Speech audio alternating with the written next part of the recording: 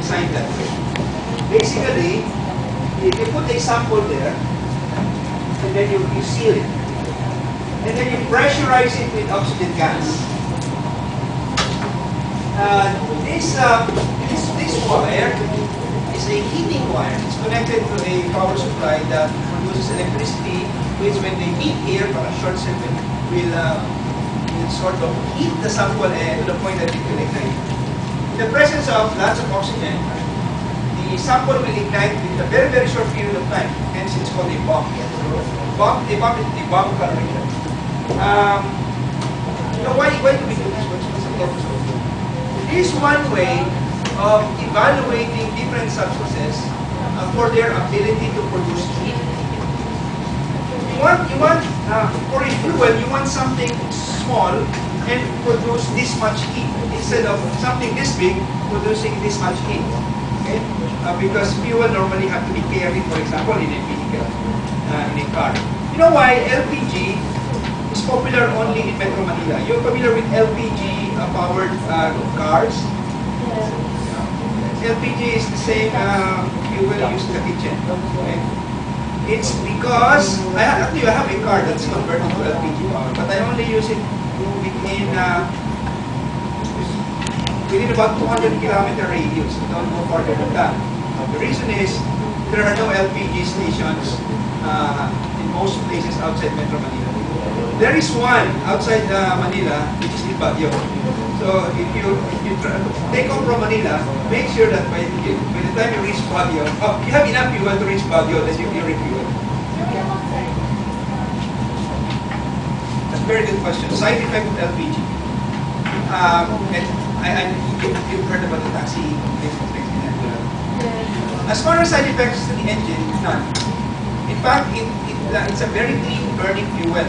When I was using LPG, I change oil every 2 years only. If you're using gasoline, you change oil every 5,000 kilometers. Or if you're using synthetic oil, I don't even believe it. You're supposed to change it every 10 months. I think regular oil can last up to 10 months. So it's cleaner engine. Now the problem is this. LPG, because when it comes out of the tank, is a gas. Okay, can you turn I think by the partial light. Partial light from here.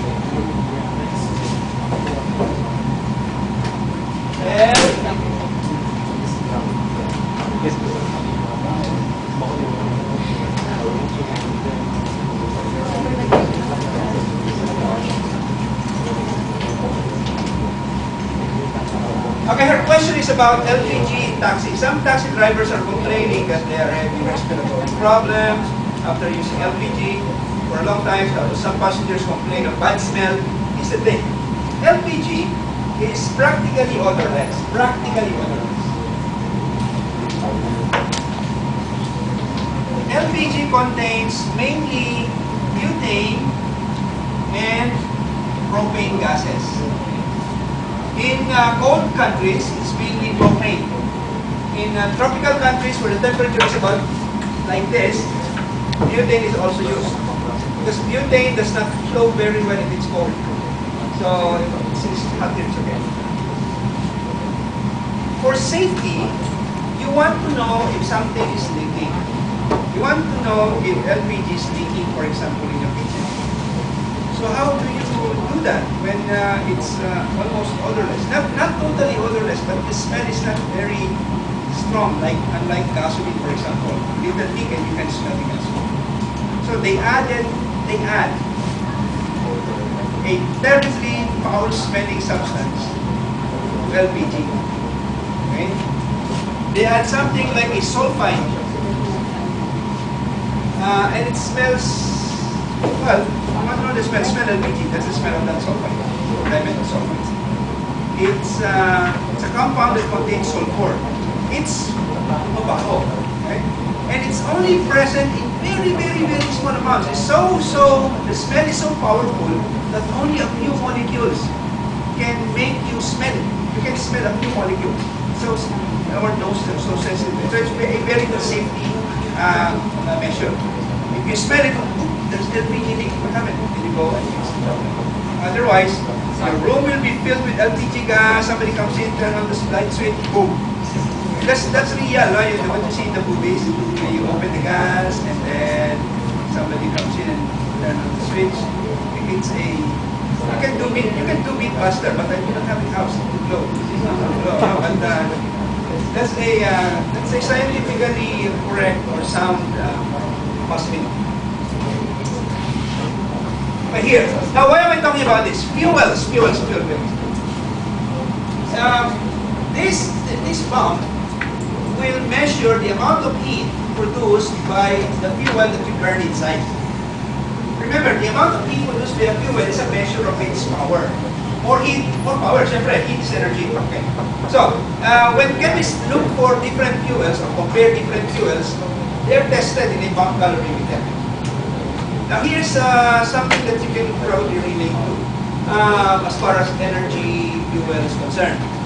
A few years ago, a law was passed in the Philippines that says every gasoline must be eaten.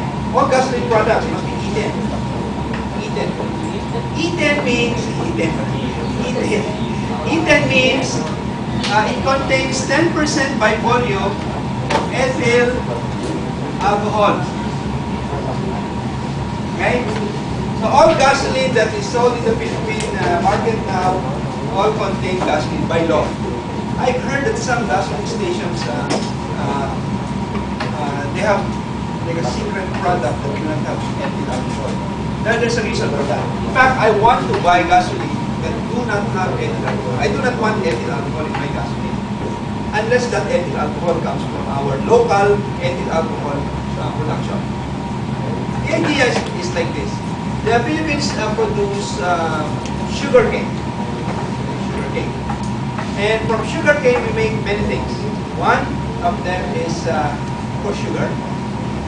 The other is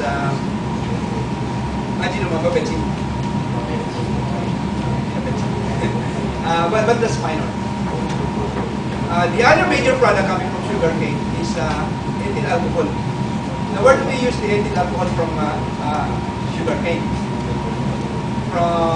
We use it to make alcoholic drinks. Mix. Doesn't really have to be 5 years old. You can mix it in the lab and you can have something that tastes like 10-year-old whiskey. And you put the ethyl alcohol, which is water and some flavors of whiskey. Okay. The problem with ethyl alcohol is it has lower energy content than gasoline. Okay. So if I buy 1 liter or 10 liters of fuel, that means 1 liter is ethyl alcohol. I will be getting less energy from that 10 liters than if I buy pure gasoline. Right? So why would I want that? Why would you want that? Unless the ethyl alcohol that you're burning is coming from a local fermentation industry. But I was told that our local ethanol producers cannot supply the fuel demand. So we also import ethyl alcohol. So we did not solve the problem of fuel importation. Because the idea is if we use 10% of our fuel from local sources, like local ethyl alcohol, then we will be saving 10% from importation. But if you're importing the 10% also, plus, it's making the consumers pay more for fuel. You spend the same amount of money for less kilometers. Right? So yun ang issue. I already told you about an old car of mine was destroyed by E10. And the car was built in 1992. All the rubber hoses are not designed to handle fuel with alcohol. They dissolve. So one time I was driving and suddenly the whole thing smelled like gasoline. I stopped and fuel lines were leaking, fuel pumps were leaking. That's a very real possibility. I was lucky it did not transpire because the engine was really bathing in gasoline because the pump was squirting of the pump was really pumping gasoline not into the engine but into the air inside the it's an engine bay, so it's fortunately, I think my guardian angels did very much argue. Okay, let's. Alright, so remember the bulk calorie.